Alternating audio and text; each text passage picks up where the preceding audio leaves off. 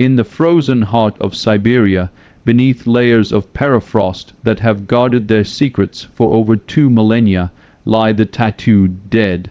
Their skin tells stories written in carbon and ash, etched with bone needles in rituals that bound flesh to spirit, life to death, and mortal flesh to eternal cosmos. These are the Pazyryk, nomadic warriors who transformed pain into prayer, whose bodies became canvases for spiritual contracts written in ink, made from the ashes of their ancestors. Welcome to the journals of history. This isn't just about ancient tattoos. It's about what happens when art becomes a way to carry identity, belief, and memory beyond the grave. High in the Altai Mountains, where the borders of Russia, Mongolia, Kazakhstan, and China converge in a landscape of brutal beauty, the Pazyryk people carved out an existence between the 6th and 3rd centuries B.C.E. This was no gentle pasture land. It was a realm where winter temperatures could drop to -40 degrees C, where survival itself was an act of defiance against an unforgiving cosmos. But who exactly were the Pazyryk? The Pazyryk culture represents a branch of the broader Saka people, the Central Asian Scythians who dominated the steppes from the Black Sea to Mongolia during the Iron Age. These were horse-riding pastoral nomads who may have accumulated great wealth through horse trading with merchants in Persia, India, and China. Far from being isolated barbarians, they were part of a vast network of related peoples who shared similar languages, customs, and most importantly, a sophisticated understanding of death and spiritual transformation.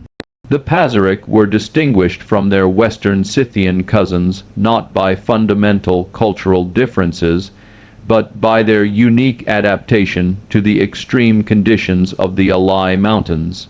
While the Scythians of the Black Sea region left behind gold artifacts and elaborate metalwork, the Pazyryk developed preservation techniques that would inadvertently create the most complete record of ancient nomadic life ever discovered. They were sophisticated nomads who developed one of the most intricate burial cultures the ancient world has ever produced. The Pazyryk lived as mounted warriors and herders, their entire civilization built around the sacred relationship between human and horse. They moved with the seasons across vast steppes, their felt tents and wooden wagons carrying not just possessions, but an entire world, you that saw death not as an ending, but as a transformation requiring careful preparation. Their society was hierarchical, with chiefs and nobles whose elaborate burials would eventually reveal to us the depth of their spiritual sophistication. But what made the Pazyryk truly unique was how they understood the body itself. Not as a temporary vessel, but as a permanent contract with the divine, a surface upon which spiritual truths could be inscribed for eternity. The harsh climate that made their lives so challenging would prove to be archaeology's greatest gift.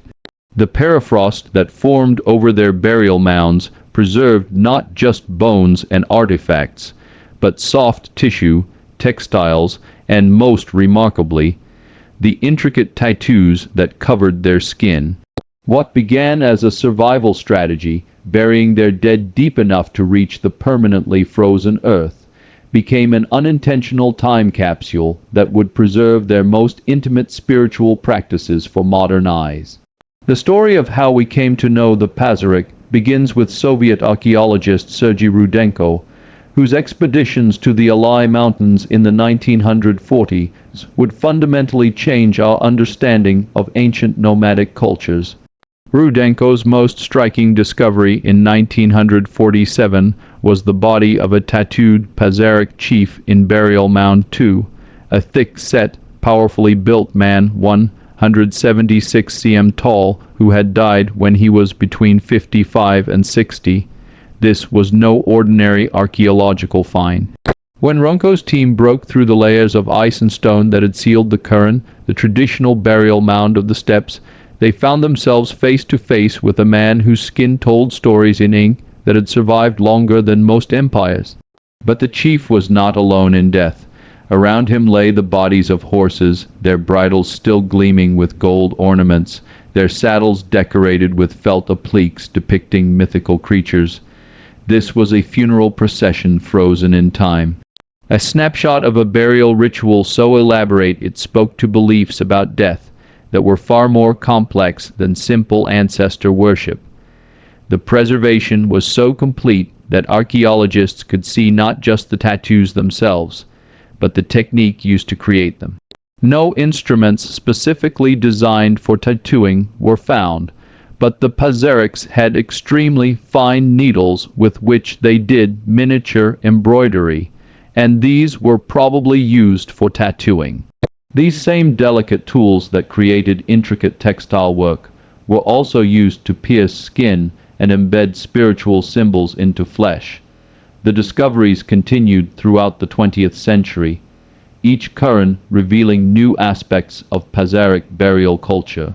But it was in 1993 that archaeologist Natalia Polismak would uncover perhaps the most famous of all Pazyryk mummies, the so-called Ice Maiden or Princess of Yukok, a 2,500-year-old mummy of a tattooed woman in a silk blouse was found in the remote Altai region of Central Asia. Her body-bearing tattoos that would revolutionize our understanding of ancient spiritual practices.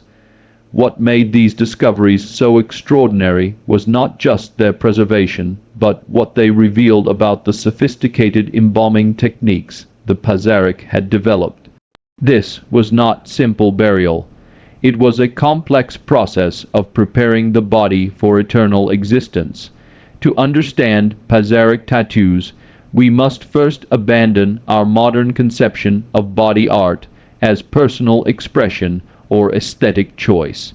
For the Pazyryk, tattoos were spiritual architecture, carefully planned constructions that mapped the divine cosmos onto human flesh. They were contracts written in carbon and ash, binding the living person to spiritual forces that would guide and protect them in both this world and the next. The mummies discovered in the cairns featured detailed tattoos depicting animals like deer, rams, and mythical creatures such as griffins. Experts believe these designs signified social status, spiritual protection, or personal identity. But the animals chosen were not random.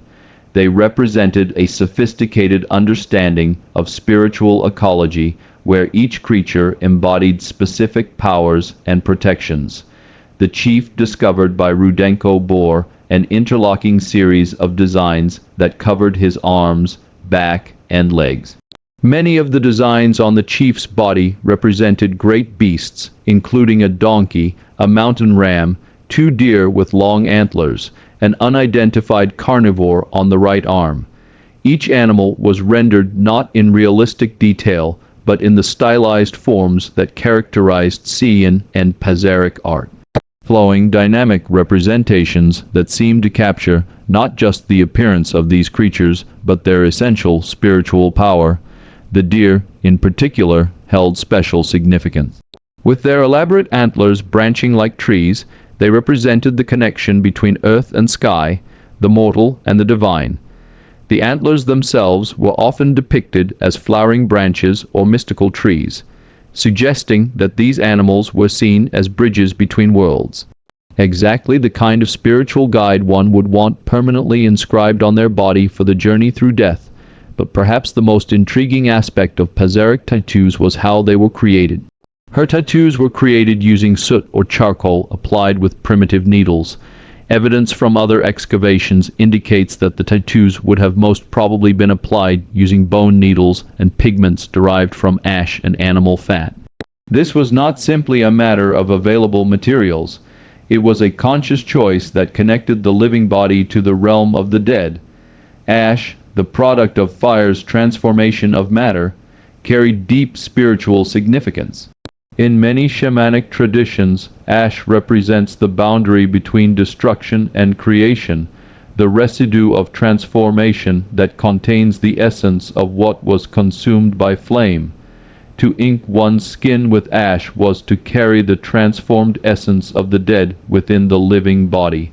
The process itself would have been ritualistic, perhaps conducted by shamanic practitioners who understood not just the technical aspects of tattooing, but its spiritual implications. Each needle prick was a small sacrifice, each drop of blood an offering, each line of ink a prayer made permanent. The pain was not an unfortunate side effect. It was an essential component of the ritual, a way of proving one's commitment to the spiritual contract being inscribed. Death for the Pazyryk was not the end of existence, but its most crucial transformation. The elaborate burial rituals they developed reveal a culture that saw the moment of death as requiring the same careful preparation as any major life transition. Perhaps more so since the stakes were eternal. Before placing the bodies in the frozen tombs, the Pazyryk people employed sophisticated embalming techniques. The deceased had their internal organs removed and replaced with horsehair and plants to maintain the body's form. The skin was treated with bark and other plant extracts to slow decay. This was preservation with purpose. The body needed to remain intact, not for sentimental reasons, but because it would continue to house the spirit in its afterlife journey.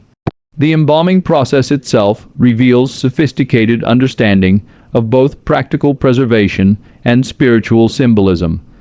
The removal of internal organs and their replacement with horsehair and aromatic plants served multiple purposes. Practically, it prevented decay from within, allowing the permafrost to complete the preservation process. Symbolically, it purified the body, removing the sources of earthly corruption and replacing them with materials that held spiritual significance. Horsehair was particularly meaningful as horses were not just practical companions, but spiritual guides in Pazyryk culture. To fill the body cavity with horsehair was to ensure that the deceased would be accompanied by horse spirit energy in their afterlife journey. The aromatic plants used, likely including herbs with preservative and spiritual properties, created a kind of internal sacred space within the body itself. But the most dramatic aspect of Pazyryk burial was the horse sacrifice that accompanied the interment of important individuals. These were not casual killings, but elaborate rituals where the horses were carefully prepared, decorated with ornate bridles and saddle covers, and arranged around the human burial as if ready for an eternal journey. Archaeological evidence suggests that up to 16 horses might be sacrificed for a single important burial, each one representing a different aspect of the deceased's spiritual needs in the afterlife. The burial chambers themselves were architectural marvels constructed from massive logs and designed to last for eternity. The bodies were placed in wooden sarcophagi surrounded by grave goods that included not just practical items like weapons and tools, but luxury objects that spoke to beliefs about the afterlife as a continuation of earthly status and relationships. Among the most remarkable grave goods were textiles of extraordinary craftsmanship, the oldest woolen knotted pile carpet known, the oldest embroidered Chinese silk and woven fabrics that demonstrated the Pazyryk's connections to trade networks spanning the ancient world. These were not just beautiful objects, but spiritual technologies, textiles that would provide comfort and status in the afterlife. To truly understand Pazyryk tattoos, we must enter their shamanic world, a complex spiritual system that saw the universe as composed of multiple interconnected layers, all accessible to those with the proper knowledge and spiritual preparation. In this cosmology, the human body was not just a physical vessel, but a kind of spiritual map, a surface where the invisible relationships between different realms could be made visible and permanent. Shamanism, as practiced by the Pazyryk and related cultures, was fundamentally about transformation and communication between worlds.